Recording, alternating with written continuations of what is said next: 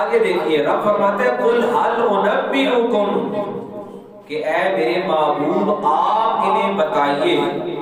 اب یہاں سے جو ہمارے عقیدے کی بات ایک ہمیں ملتی ہے کہ بات رب کی ہے لیکن کہلوانی اپنے محبوب کی زبان سے ہے.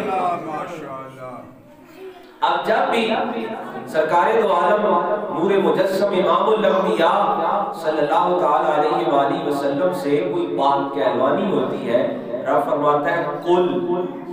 اور یہ جو قل کہنا ہے نا یقین کیجئے ایک تو یہ محبت کی معراج ہے.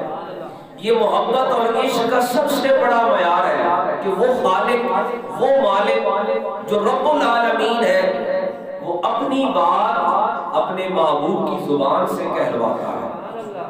اور یہ یقین کیجئے ایک بہت ہی اعلیٰ درجے کی کوئی بات ہوتی ہے جو رب اپنے محبوب سے کہلواتا ہے. فرمایا قل اے میرے محبوب آپ انہیں فرما دیجئے. کیا فرما دیجئے؟ حل انبئکم کہ میں تمہیں خبر نہ دوں. اللہ اکبر. اب انسان سوال کرتے ہیں کہ نبی بھی بشر ہے, نبی کو کہاں سے خبر ہے, نبی جو ہے وہ جانتا کیسے ہے؟ نبی جانتا رب کے دیے ہوئے علم سے ہے. قرآن مجید اس بات پر گواہ ہے. فرمایا کہ وَعَلَّمَكَ مَا لَمْ تَكُنْ تَعْلَمْ اے میرے محبوب ہم نے آپ کو ہر وہ علم عطا کر دیا جو آپ جانتے نہیں تھے.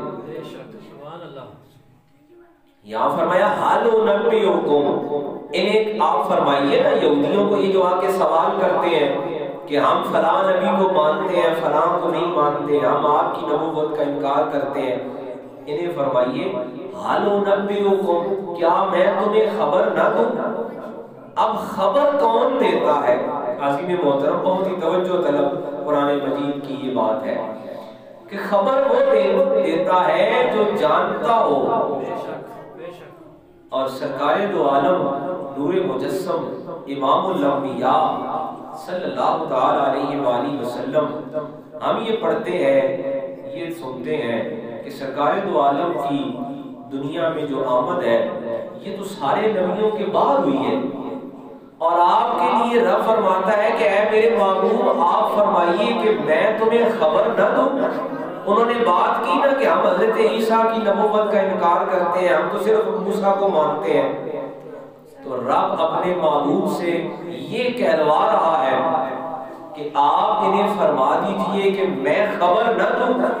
اب خبر تو وہی دیتا ہے نا کہ جو جانتا ہو, جس نے کوئی واقعہ دیکھا ہو.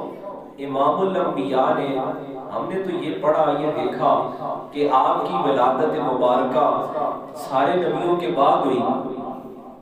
قرآن کہتا ہے کہ آپ فرما دیجئے حل انبئکم کہ میں تمہیں خبر دوں. کیا خبر دوں؟ کہ وَجَعَلَ مِنْهُمُ الْقِرَادَةَ وَالْخَنَازِيرَ وَعَبَدَ الطَّاغُوتَ کہ یہودیوں رب نے تمہیں سور اور بندر بنایا, رب نے تمہیں خنزیر بنا دیا, رب نے تمہیں بندر بنا دیا. یہ خبر میں تمہیں نہ دوں. اب ہوتا تو یہ کہ رب یہ فرماتا کہ میں بتاتا ہوں کہ میں نے ان کو بندر اور خنزیر بنایا, لیکن رب اپنے محبوب کی زبان سے کہلوا رہا ہے کہ اے میرے محبوب آپ فرمائیے کہ میں تمہیں خبر دیتا ہوں. تو پتہ چلا کہ خبر اس لیے دے رہے ہیں کہ وہ جو واقعات سابقہ ہے, وہ جو قومیں بندر بنائی گئی, ان کو یہ امام الانبیاء دیکھ بھی رہے ہیں, جانتے بھی ہیں. انہوں نے کہا نا کہ آپ معاذ اللہ امام الانبیاء کی بارگاہ میں معاذ اللہ آپ شر پھیلا رہے ہیں. فرمایا انبئکم بشر من ذالک مثوبۃ عند اللہ میں تمہیں نہ بتاؤں کہ اللہ کے نزدیک شر کیا ہے؟ من لعنہ اللہ وغضب علیہ وجعل منهم القرادۃ والخنازیر. یہ بڑی پرانی باتیں ہو چکی ہیں. وہ قومیں جو کئی ہزار برس پہلے جنہوں نے انکار کیا رب کے نبیوں کا, کسی کو بندر بنا دیا گیا, کسی کو خنزیر بنا دیا گیا. امام الانبیاء خاتم الانبیاء سید المرسلین خاتم النبیین اس سے سینکڑوں برس بعد میں آ کے یہودیوں کو بلا کے کہہ رہے ہیں حل انبئکم، کیا میں تمہیں خبر نہ دوں؟ فلاں موقع پر تم بندر بنائے گئے تھے، فلاں موقع پر تمہارے خنزیر بنائے گئے تھے۔ پتہ چلا کہ نبی کو رب نے واقعات سابقہ کا بھی سارا علم عطا کر رکھا ہے، اور نبی ہوتا ہی وہی ہے جس پہ ماضی، حال اور مستقبل عیاں کر دیے جاتے ہیں۔ اسی لیے سرکار دو عالم نے صحابہ کرام نے ایک موقع پر سوال کیا، طویل حدیث ہے بخاری شریف و مسلم کی، کہ سرکار دو عالم منبر پر تشریف فرما ہوئے اور فرمایا کہ آج سوال کرو مجھ سے اور قیامت تک میں آپ کو ہر دن کا احوال بتاؤں گا۔ کسی نے بات کر دی نا منافق نے پھر اسی طرح کہ یہ کیا جانتے ہیں، یہ کیا بتائیں گے، سرکار دو عالم منبر پر جلوہ افروز ہوئے اور فرمایا سوال کرو مجھ سے، میں تمہیں ہر دن کا احوال بتاؤں گا قیامت تک۔ یہ آنے والے واقعات اور پچھلے جو گزر چکے ان کے بارے میں فرمایا کہ میں تمہیں بتاؤں، میں تمہیں خبر دوں کہ فلاں فلاں قبیلے اور فلاں فلاں تمہاری جو قوم فلاں زمانے میں اس کو رب نے اس طرح سزا دی، وَجَعَلَ مِنْهُمُ الْقِرَادَةَ وَالْخَنَازِيرَ وَعَبَدَ الطَّاغُوتَ۔ اور آج تم یہاں پہ آ کے امام الانبیاء، خاتم الانبیاء، سید المرسلین، خاتم النبیین صلی اللہ تعالیٰ علیہ وآلہ وسلم کے سامنے بیٹھ کر معاذ اللہ تم یہ باتیں کر رہے ہو کہ یہ دین شرع ہے، آپ نہیں مانتے، ہم عیسیٰ کی نبوت کو نہیں مانتے، ہم موسیٰ کو نہیں مانتے۔ فرمایا کہ تمہاری یہی حرکتیں اور یہی عادتیں ہیں جن کی وجہ سے تمہیں پہلے سزا مل چکی ہے۔ تو عزیز محترم، سورۃ المائدہ کی یہ آیت نمبر 60 ہمیں یہ بتا رہی ہے کہ رب نے اپنے محبوب نبی کے سامنے سارے نبیوں کے احوال کھول رکھے ہیں اور وہ سابقہ سارے نبیوں کے گواہ ہیں۔ حدیث پاک میں آتا ہے کہ بروز حشر سابقہ امتوں کے یہ جو افراد ہیں یہ اپنے نبیوں پر اعتراض کر دیں گے، ہمیں پتہ ہی نہیں چلا، ہمیں خبر ہی نہیں ہوئی۔ اس موقع پر قرآن مجید کی بھی کئی آیات اس بات پر گواہ ہے کہ امام الانبیاء، خاتم الانبیاء جناب محمد مصطفیٰ کریم صلی اللہ تعالیٰ علیہ وآلہ وسلم وہاں سارے سابقہ نبیوں کے گواہ لائے جائیں گے۔ وہاں پہ جب عدالت میں پیش کی ہوگی بارگاہ الہ میں، الہ العالمین کی بارگاہ میں، تو یہ یہود و نصارہ اور دوسری بہت ساری قومیں یہ اپنے نبیوں پر اعتراض کر دیں گے کہ ہمیں پتہ ہی نہیں چلا، یہ ہمیں پیغام ہی نہیں ملا، ہم توحید کو کیسے پہچانتے؟ تو وہاں نبیوں کی طرف سے گواہی امام الانبیاء کی لائی جائے گی کہ آپ گواہی دیں گے کہ میں گواہی دیتا ہوں کہ ابراہیم نے اپنا پیغام پہنچایا۔ گواہ کون ہوتا ہے؟ گواہ وہ ہوتا ہے جو دیکھ بھی رہا ہو، سنتا بھی ہو، پہچانتا بھی ہو اور پورے واقعے سے واقف بھی ہو، اور پھر گواہی بارگاہ الہ میں کوئی عام شخص یا عام فرد یا کوئی بھی دوسرا نہیں دے سکتا، وہاں پہ گواہی امام الانبیاء کی ہوگی۔ تو یہاں سرکار دو عالم امام الانبیاء فرما رہے ہیں کہ میں تمہیں پچھلے سارے واقعات کی خبر دیتا ہوں۔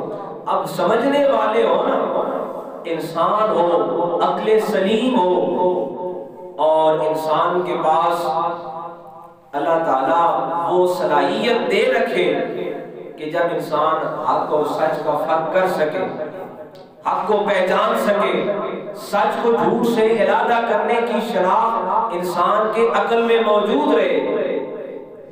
یہ طاغوت کا ایک لفظ آیا، طاغوت ایک سرکشی اور بغاوت کے معنی میں استعمال ہونے والی اصطلاح ہے۔